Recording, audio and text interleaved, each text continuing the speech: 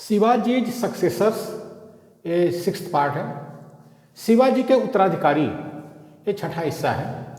After Sahu's death in 1749 Raja Ram second succeeded as the Chhatrapati up to 1760। Chhatrapati Sahu की मृत्यु जो है 1749 में हो जाती है। उसके बाद राजा राम सेकंड जो है 6वां छत्रपति बनता है, क्योंकि राजा राम सेकंड को जो है साहू ने गोद ले लिया था। साहू के पास कोई संतान नहीं थी और राजा राम सेकंड को जो है ताराबाई अपना जो है ग्रैंडसन कहती थी, पोता कहती थी कि मेरे बच्चे का बच्चा है। तो इसलिए जो है साहू ने उसको गोद ले लिया था और वो 1760 तक जो है छत्रपति रहता है Raja Ram second. He was 6th Chhatrapati, he was ईसफुलनेस। राजा राम सेकंड जो है 6वां छत्रपति था और वो भी संतान विहीन था। अब जाने क्या हो रहा था राजघराने में कि बच्चे ही नहीं हो रहे थे, सब गोद ले करके सब काम चल रहा था। लेकिन 1760 में जो है ये भी संतान विहीन होकर मर गया। तो इस तरह से शिवाजी का जो वंश था 1760 से खत्म हो जाता है। इसके बाद जो भी वंश चलता है, जो छत्रपति बनते हैं, वो सब गोद लिए हुए पुत्र होते हैं। Tarabai established A rival court in Kolhapur in 1709 but was deposed by Rajasbai's other widow Rajasbai, who put her own son Sambhaji second.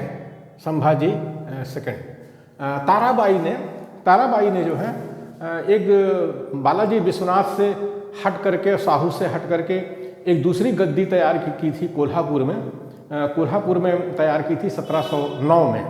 लेकिन वहाँ से भी उसको दूसरी जो विधवा थी राजा राम की, राजसबाई, उसको हटा देती है और अपने पुत्र संभाजी द्वितीय को वहाँ का राजा बनाती है। तो इस तरह से जो है सतारा रायगढ़ के साथ साथ जो है कोल्हापुर भी शिवाजी के वंश का है। अब आगे चल कर के कोल्हापुर में भी कुछ ऐसे ही होता है कि लोग संतान विहीन मर जाते हैं।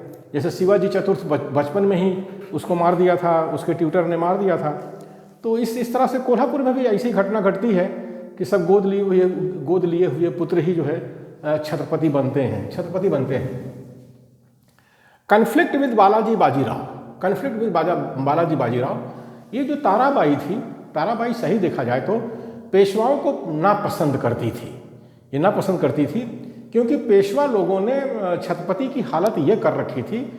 जैसे आज हम देखते हैं कि हमारा राष्ट्रपति है, राष्ट्रपति रायसीना हिल में रहता है, लेकिन सारा काम तो प्रधानमंत्री करता है। तो वही हाल मराठा साम्राज्य में हो रहा था। छत्रपति केवल राजमहल में ही रह गया था, अपने राजमहल में ही, वहाँ पर भी उसकी कटौती हो रही थी, अधिकारों की कटौती हो रही थी। बाकी राजकाज सारा जो है पेशवा देख रहा था। पूना को राजधानी बना करके वहाँ से वो देख रहा था। अब बाकी जो मराठा सरदार थे, भोंसले थे, गायकवाड़, सिंधिया, होलकर, पवार, जो भी कह लीजिए, ये सब के सब चमचे भगत थे इसके पेशवा के। तो छत्रपति की कोई सुनता नहीं था। इसीलिए ताराबाई जो है वो नाराज रहती थी। तो बालाजी बाजीराव से उसका जो है एक संघर्ष होता है, बालाजी बाजीराव से भी होता है। वैसे भी मराठा साम्राज्य में जो है ताराबाई एक लड़ाकू महिला भी थी। और 1708 के बीच में जब कोई नेता नहीं था मराठों को दिशा निर्देश देने के लिए, नेतृत्व प्रदान करने के लिए, तो ताराबाई ने ही प्रदान किया था। वो भी मुगल सेनाओं के खिलाफ में किया था। When Peshwa Balaji Bajirao left for the Mughal frontier, Tarabai had met Uma भाई दभाड़े to remove बालाजी। 1750 के आसपास जो है जब शाहू खत्म हो जाता है, निधन हो जाता है, तो बालाजी बाजीराव जो है दिल्ली में सैयद बंधुओं की मदद के लिए जाता है। जैसे मैंने पहले बताया था कि सैयद बंधु जो है मुग़ल दरबार में थे, पेशवा भी जो है मुग़ल दरबार में थे, तो दोनों का एक गठबंधन था। जब सैयद बंधु जो है मुग़ल दरबार में कमज़ोर पड़ते थे तो इधर से पूना से जो है पेशवा लोग जो है उसकी मदद करते थे, पेशवा लोग उसकी मदद करते थे। और जब पेशवा लोग कमज़ोर पड़ते थे यहाँ पर पूना में, तो जो है मुग़ल दरबार के सैयद बंधु जो हैं उनकी मदद करते थे। ऐसा होता था, ऐसा होता था। Peshwa return reaching Satara on 24 अप्रैल 1750। तो ये जो है ताराबाई जो है उमाबाई दभाड़े को लेकर के बालाजी को हटाने के लिए कोशिश कर रही थी, लेकिन जब ये जो है पेशवा आ जाता है 24 अप्रैल 1750 को सतारा में, तो ताराबाई की फोर्सेज को हरा देता है, ताराबाई की फोर्सेज को हरा देता है। यानी मुग़लों का जो है सैयद बंधु और इधर पूना का पेशवा, दोनों के गठबंधन से एक बहुत बड़ी ताकत बन गई थी। सैयद बंधुओं को मुग़ल दरबार में मदद मिलती थी पेशवा से, और पूना में पेशवा को मदद मिलती थी सैयद बंधु से। तो जाहिर है कि ताराबाई को हारना ही था। वैसे भी ताराबाई की उम्र काफ़ी ज़्यादा हो गई थी, बहुत ज़्यादा हो गई थी, तो ताराबाई की फोर्सेज को हारना था। On 14 September 1752, Tarabai and Balaji took oath promising mutual peace. 14 सितंबर 1752 को एक संधि होती है बालाजी बाजीराव और ताराबाई में। एक समझौता होता है कि हम लोग अब एक दूसरे को नुकसान नहीं पहुंचाएंगे और शांति से रहेंगे।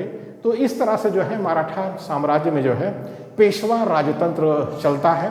वो अलग बात है कि पेशवा राजतंत्र 1818 में ख़त्म हो जाता है, लेकिन मराठा साम्राज्य के नाम पर अलग अलग कोल्हापुर, सतारा, इन सब में मराठा साम्राज्य के नाम पर छत्रपति रहते हैं और अंग्रेज़ों की मदद से रहते हैं। तो यही है शिवाजी का इतिहास, और शिवाजी के जो उत्तराधिकारी हैं उनका एक छोटा सा इतिहास है। लेकिन हम भारत के मूल निवासियों को इसको जानना बहुत ज़रूरी है, क्योंकि किस तरह से जो है पेशवाओं ने मराठा साम्राज्य के सारे अधिकार हड़प लिए थे, और उसके बाद जो है आज भारत में हम देखते हैं कि फिर से पेशवाई प्रस्थापित हो गई है इस 21वीं सदी में। तो ऐसी हालत में मराठा साम्राज्य में पेशवा ने क्या किया था, आज पेशवा क्या कर रहा है।